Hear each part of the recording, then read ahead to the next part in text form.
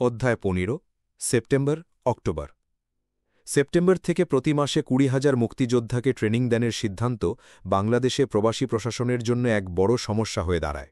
প্রথম থেকেই বিপুল সংখ্যক প্রার্থীর মধ্য থেকে স্বল্প সংখ্যক মুক্তিযোদ্ধাকে মনোনয়ন দেওয়া একটি জটিল সমস্যা ছিল। উপযুক্ত এই সব যুবকদের আলাদা আশ্রয় এবং তাদের দৈহিক সুস্থতা ও মানসিক উদ্দীপনা বজায় রাখার জন্য জুনের প্রথম সপ্তাহে যুব শিবির স্থাপনের স্কিম অনুমোদিত হয়।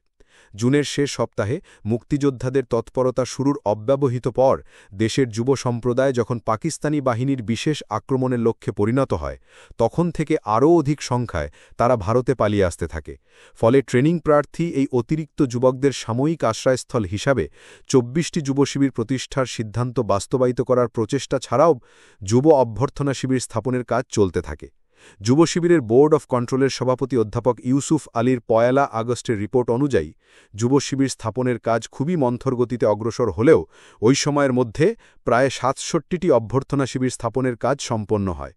আরেক রিপোর্টে দেখা যায় ১২ আগস্ট পর্যন্ত স্থাপিত যুব শিবিরের সংখ্যা ছিল মাত্র ১১টি।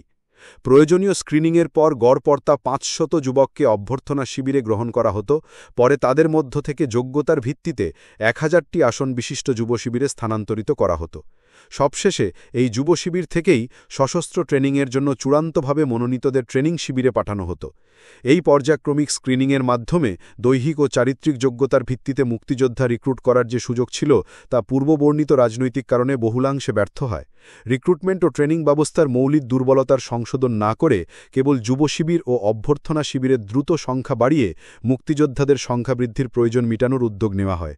অবশ্য ১৫, ১৬ এবং ২১শে সেপ্টেম্বর স্বরাষ্ট্র, সাহায্য ও পুনর্বাসন মন্ত্রী কামরুজ্জামানের সভাপতিত্বে অনুষ্ঠিত যুব শিবিরের বোর্ড অফ কন্ট্রোল এবং কেন্দ্রীয় সাহায্য ও পুনর্বাসন কমিটির যুগ্ম অধিবেশনে যুব শিবির ব্যবস্থাপনা উন্নত করার উদ্দেশ্যে কিছু প্রয়োজনীয় সিদ্ধান্ত গ্রহণ করা হয়। যুব শিবিরের ডিরেক্টর এবং তার প্রশাসনিক সহকর্মীদের প্রচেষ্টায় সেপ্টেম্বরের শেষ নাগাদ সমগ্র সীমান্ত অঞ্চল বরাবর ২৪টি যুব শিবির এবং ১০০টি অভ্যর্থনা শিবির স্থাপনের লক্ষ্য অর্জিত হয়। বস্তুত কেবল যুব ব্যবস্থাপনার ক্ষেত্রেই নয়, প্রবাসী সরকারের প্রশাসন বিভাগ অধিকাংশ ক্ষেত্রেই এক উল্লেখযোগ্য দক্ষতার মান স্থাপনে সক্ষম হন। মাত্র ৬ মাসের মধ্যে এক নির্বাসিত জনসমষ্টির মধ্য থেকে নাতিক্ষুদ্র প্রশাসনিক কাঠামো গড়ে তোলা এবং এক যুক্তিসঙ্গত দক্ষতার মানে তাদেরকে সক্রিয় শৃঙ্খলাবদ্ধ করে তোলা যে কোনো বিচারেই এক প্রশংসাযোগ্য দৃষ্টান্ত। সেপ্টেম্বর অক্টোবরে আওয়ামী লীগের উপদলীয় সংঘাত তীব্রতর হয়ে উঠলেও এর ফলে সরকারের কাঠামো যে বিপর্যস্ত হয়ে পড়েনি, সম্ভবত তার একটি কারণ ছিল নির্দলীয় প্রশাসন বিভাগের কর্তব্যবোধ এবং অপর কারণ ছিল রাজনৈতিক ঝড়ঝাপটা থেকে তাদেরকে রক্ষা করার জন্য প্রধানমন্ত্রীর সফল প্রয়াস। অধিকাংশ প্রশাসনিক দপ্তরে আওয়ামী লীগ আদর্শে বিশ্বাসী নয় এমন সব অফিসারদের কার্যকলাপ নিয়ন্ত্রণের জন্য বা সরকারি প্রশাসনের প্রতিটি শাখা আওয়ামী লীগের দলীয় ব্যবস্থাধীনে আনার জন্য পরিষদ সদস্যের এক উল্লেখযোগ্য অংশ যখন পার্লামেন্টারি সেক্রেটারি বা দলীয় কমিটি নিয়োগের দাবিতে সোচ্চার হয়ে ওঠেন, তখন প্রকৃতপক্ষে একা তাজউদ্দিন এই দাবিকে প্রতিহত করেন যাতে রাজনৈতিক দলাদলি প্রশাসন বিভাগের উপর ক্ষতিকর প্রভাব বিস্তার করতে না পারে। তবে সমগ্র প্রশাসনিক তৎপরতাকে অধিকতর সমন্বিত এবং বিশেষত প্রচার মাধ্যমকে ফলপ্রসূ করার জন্য কিছু অভিজ্ঞ ও প্রবীণ অফিসারের যে প্রয়োজন তাজউদ্দিন বোধ করতেন, অনেক প্রচেষ্টা সত্ত্বেও তা অপূর্ণ থাকে।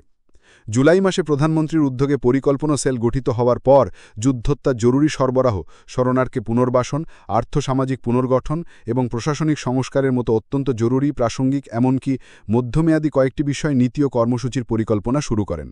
আগস্টে প্রথম সপ্তাহ থেকে কিছু সংখ্যক অভিজ্ঞ বাঙালি কূটনীতিক বাংলাদেশ সরকারের প্রতি আনুগত্য পরিবর্তন করার পর বাংলাদেশের কূটনৈতিক তৎপরতা বৃদ্ধির এক অসামান্য সুযোগ সৃষ্টি হয়। কিন্তু অক্টোবরের শেষ দিক থেকে নিক্সন প্রশাসনের বাংলাদেশ বিরোধী কার্যক্রমের সঙ্গে খোন্দাগ মোস্তাক ও মাহবুব আলেম চাষি উভয়ই উত্তরোত্তর জড়িত হয়ে পড়েন।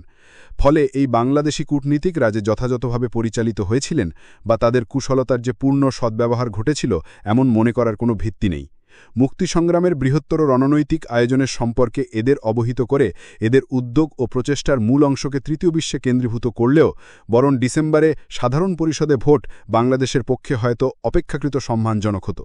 বস্তুত এইসব কূটনৈতিকদের কিভাবে নিয়োগ করা হচ্ছে তার সামান্য খবরই পররাষ্ট্র মন্ত্রণালয় থেকে প্রধানমন্ত্রীর দপ্তরে এসে পৌঁছত না, এবং যা পাঠানো হতো সেগুলি তৃতীয় বা দ্বিতীয় শ্রেণীর গুরুত্বের অধিক ছিল না। তবু সমগ্র অবস্থার বিচারে অক্টোবরের মাঝামাঝি বাংলাদেশ সরকার অন্তত প্রশাসনিক দিক থেকে বহুলাংশই সক্ষম ও সংহত। রাজনৈতিক নেতৃত্বের ক্ষেত্রে ওই কথা ঠিক না হলেও সেখানে অক্টোবরের প্রথম থেকেই উন্নতির লক্ষণ স্পষ্ট। নিক্সন প্রশাসনের অন্তর্ঘাতী প্রচেষ্টা, আওয়ামী লীগের অভ্যন্তরীণ ঐক্য এবং তাজউদ্দিনের বিরুদ্ধে সক্রিয় থাকা সত্ত্বেও বাংলাদেশের রণনৈতিক আয়োজনের আন্তর্জাতিক দিক প্রত্যাশিত পথে এগিয়ে চলায় তাজউদ্দিন আশাবাদী ছিলেন যে মুক্তিযুদ্ধের চূড়ান্ত পর্যায়ে পরিস্ফুট হওয়া মাত্রই উপদলীয় বিরোধিতার সমাধান সহজ হয়ে আসবে। সামরিক ক্ষেত্রে বাংলাদেশ নিয়মিত বাহিনীর সীমান্ত তৎপরতা নানা কারণে স্থিমিত। দেশের ভেতরে রাজনৈতিক অবকাঠামো এবং একীভূত কমান্ড ব্যবস্থা না থাকায় অসংখ্য মুক্তিযোদ্ধা গ্রুপের সমাবেশ থাকা সত্ত্বেও তাদের সম্ভাব্য তৎপরতার ফলাফল অজ্ঞাত। বস্তুত সশস্ত্র তৎপরতার কোনো বড় চিহ্ন তখনও বিশেষভাবে ছিল না। অক্টোবরের দ্বিতীয় সপ্তাহ থেকে ধীরে ধীরে ঝড়ো হাওয়া বইতে শুরু করে।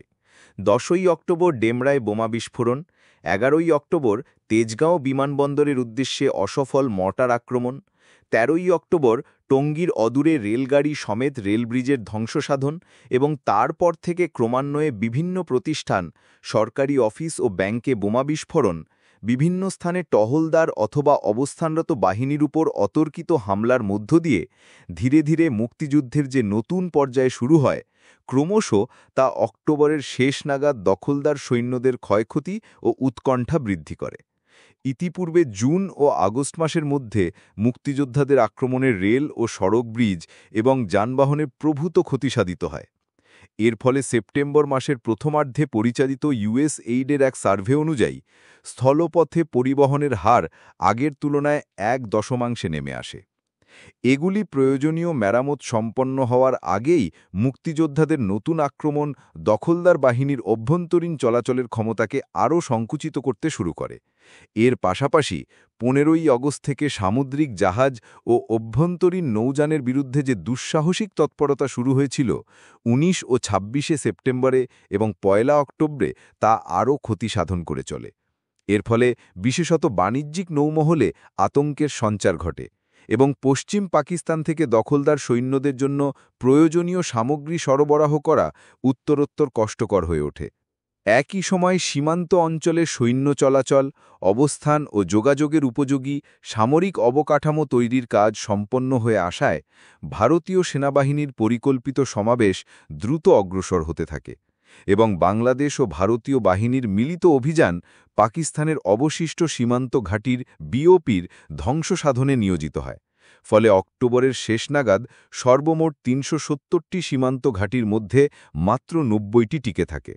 কিন্তু কোনো অভিযানে একাধিক ভারতীয় ব্যাটালিয়ন অংশগ্রহণ করা সত্ত্বেও পাকিস্তানের সুরক্ষিত সীমান্ত ঘাঁটিগুলির জোরার প্রতিরোধ ক্ষমতা দৃষ্ট হয়। ফলে গৃহীতব্য রণকৌশল সম্পর্কে একটি মূল্যায়ন উপলব্ধি ঘটে। সম্মুখ সমরে এইসব সুদৃঢ় সীমান্ত ঘাঁটি পরাভূত করা যেহেতু খুবই সময়সাপেক্ষ ব্যাপার, সেহেতু এইসব ঘাঁটি পাশ কাটিয়ে ঢাকার দিকে এগিয়ে যাওয়াই দ্রুত বিজয় লাভের অন্যতম মূল পূর্বশর্ত। অক্টোবরের দ্বিতীয় সপ্তাহ থেকে দেশের ভিতরে মুক্তিযোদ্ধার তৎপরতা এবং দেশের সীমান্তে মিলিত বাহিনীর যে আক্রমণ শুরু হয় তা মূলত ছিল জুন-জুলাই মাসে অর্জিত অভিজ্ঞতার ভিত্তিতেই পরিচালিত। ভিতর ও বাহির উভয় দিক থেকে একযোগে পাকিস্তানি বাহিনীর উপর চাপ সৃষ্টি হলে তারা যে ভিতরের প্রয়োজন অনেকখানি উপেক্ষা করেই সীমান্ত অবধি বিস্তৃত হয়ে পড়ে এবং তার ফলে গেরিলা তৎপরতার সুযোগ বৃদ্ধি পাওয়া ছাড়াও দখলদার বাহিনী যে খণ্ডবিখণ্ড হয়ে পড়ে তা এ সময় পরিলক্ষিত হয়। ছোট বড় কোনো প্রকার ভূখণ্ড হারানো রাজনৈতিক কারণে পাকিস্তানিদের মেনে নেওয়া সম্ভব নয় এবং এর জন্য নিজেদের একীভূত শক্তিকে খণ্ডবিখণ্ড করতেও যে তাদের কোনো দ্বিধা নেই, ৩ মাস পূর্বে মুক্তিযোদ্ধাদের প্রথম তৎপরতাকালেই তা স্পষ্ট হয়েছিল। এবার তফাৎ প্রথমত ছিল এই যে একটি নির্দিষ্ট সামরিক লক্ষ্যের অভিমুখে সংখ্যায় অল্প বাংলাদেশ বাহিনীকে সাহায্য করার জন্য কয়েকগুণ বড় ও শক্তিশালী ভারতীয় সৈন্য সীমান্ত অঞ্চল বরাবর চাপ সৃষ্টির কাজে তৎপর হয় এবং দ্বিতীয়ত দেশের ভিতরে বিরামহীন ঢেউয়ের মতো সশস্ত্র তরুণের দল যাতে পিছন থেকে শত্রুকে ক্ষয় করে যেতে পারে তার ব্যবস্থা দিয়েও সম্পন্ন করা হয়। অক্টোবরের শেষে এই যুগ্ম তৎপরতা দখলদার পাকিস্তানি সৈন্যদের জন্য এক সঙ্গীন অবস্থার সৃষ্টি করে, ফলে বড় রকমের বহিরাক্রমণ প্রতিরোধের ক্ষমতা তাদের লোপ পায়। ১৯৪৭ সাল থেকে পাকিস্তান কেবল পশ্চিম রণাঙ্গনের যুদ্ধের জন্যই প্রস্তুতি নিয়ে এসেছে।